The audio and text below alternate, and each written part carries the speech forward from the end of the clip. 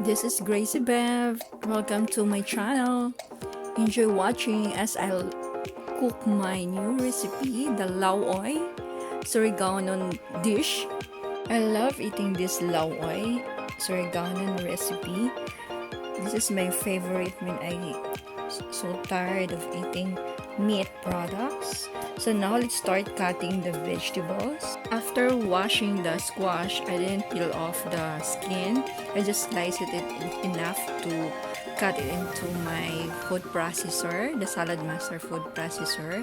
This is my partner in the kitchen. Very easy to do that. So all you have to do is put it there like that, and then there you go. Chop, chop, chop. This very easy if you have this one in your home. Easy to cut vegetables and any other veget. You can choose different kinds of slicer, the Saladmaster food processor cone. There's a number of that. I use number 4 to cut my squash. Enough bite.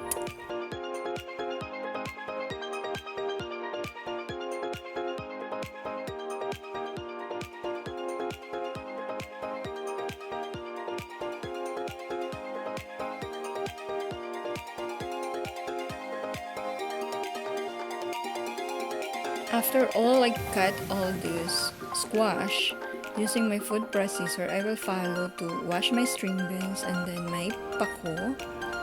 So let's go. Washing carefully my string beans and my pako.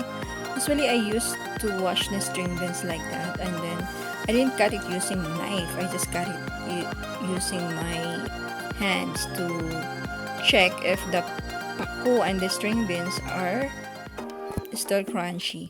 I usually do this when I used and prepare the pako.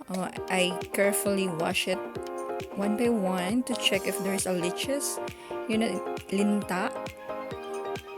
Kasi usually, didikit yan dyan sa leaves. So, pag nakain natin yan, medyo delikado.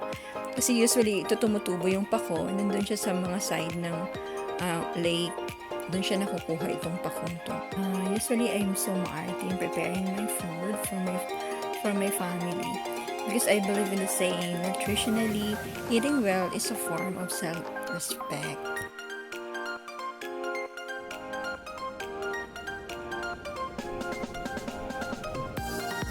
Now I'm done washing. Now, done preparing all the ingredients for my lauoy recipe. Look at that, so colorful, greeny and yellow. According to Honest Food Guide, as healthy, eat all the colors of the rainbow. So, yellow for the squash. This food guide built to benefit you and not big business. Vegetables is high in vitamins and fiber and phytonutrient. The vegetable I use in my lauoy are string beans, very good, high in fiber. The squash, the yellow, good for the eyes. And the calamansi, the malunggay, the superfood. I used the tanglad, the lemongrass, the chopped onions, the ginger, the tomatoes, calamansi, and then the chili, and then the leftover inihaw, the fish, tuna fish. When I usually use this fish sauce, the yolk, we call it the yolk in Surigaonon. This is very good to taste. These ingredients are ready to cook now. Let's already preheat the MP5 rice cooker for 10 minutes. Now ready to put all our ingredients there.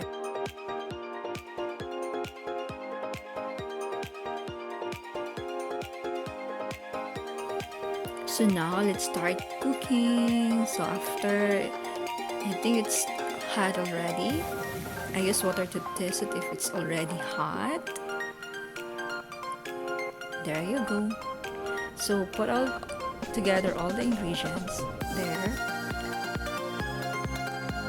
In Saladmaster way, you don't have to mix anything. You just put it there, all the ingredients, and then if you don't need any water, if you're not cooking laoy or sinigang or the other sinabawan, no need to put more water. But this time, I'm gonna use water because my recipe is laoy. After putting all those vegetables, I put the fish all together there, and then cook for setting up my MP5 rice cooker for 10 minutes. Using MP5 rice cooker, if you cook vegetable, you have to cook your vegetable for 10 minutes. It won't change the color in Saladmaster MP5 rice cooker. So after 10 minutes, nalagay ko na yung water, followed by the green leafy vegetables, the Pako, then the Malunggay. Actually, my comfort dish when I'm tired of eating my meat products. I usually add Pako and string beans, Malunggay, and yellow squash. This recipe is very popular in Mindanao area or in other part of Visayas Region in the Philippines. I love when I started to love eating vegetables. As I remembered, I grew up in the mountain together with my grandparents. So I already know Pako leaves, the bago leaves, and anything. My favorite is the bamboo shoots. That's my favorite one also. I'm showing you my next episode of recipes, the bamboo shoots. I already have my video about that, so I'm gonna upload next time. You're gonna watch my bamboo shoots, how I cook my bamboo shoots in my own version, very own version, Visayan version. Simple living is a healthy one. There you go, almost done. Let's put some fish sauce and water. I use 3 cups of water as my sabaw. So put there, and the fish sauce, the dayok sauce, to taste it. I'm not gonna use any salt. I use only the fish sauce. If you notice, I didn't use salt because in my version we used here patis sa Tagalog, pero sa amin dito fish sauce yan. Ginamos dito sa amin. So I put the water there, the 3 cups of water. So this time I'm gonna using water on my call that my laoy. And there you go. I put some sauce and then put my green leafy vegetables. Put all the green leafy vegetable together. So if you notice, I didn't mix anything. After water, I put all the green leafy vegetables, and then followed by the calamansi, the chili. I used calamansi and ginger, if you noticed, to balance the taste, the malansa, because of the fish sauce and then the inihaw. After that, I'm gonna heat that one additional 2 minutes para kumulo yung water. Then we will mix it after it's done. So let's watch and wait.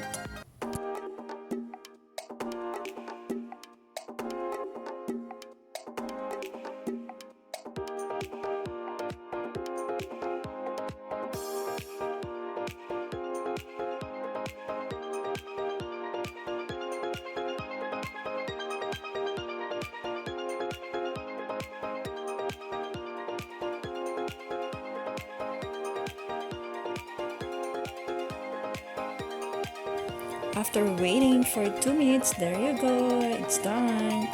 Let's take a look how it looks. And how, let's try to taste it, how it tastes good. Look at the color, it's still green. And then, already done, I'm gonna mix it one. The last part of cooking in the rice cooker MP5 Saladmaster, no need to mix everything, you just leave it there. And then if you're going to serve the food, that's the time you mix all the ingredients. That's the secret way, or the Saladmaster way of cooking. Enjoy watching. Thank you very much.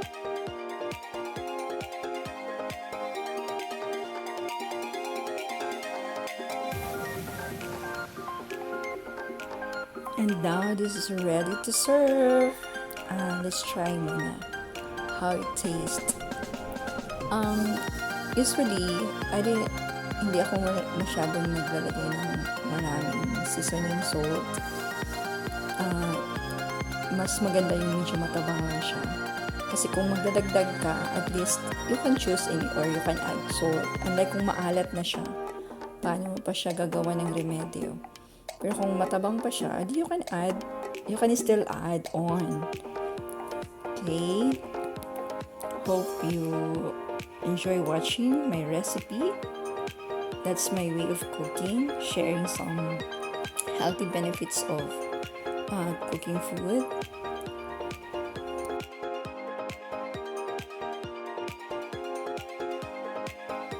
Now let's try to taste it, how it tastes. Yum yum, tastes good. Deliciously and nutritionally good. I keep testing it. Thank you for watching. I hope you will, don't forget to like, subscribe, and share my recipe to others. Hope you enjoy. God bless.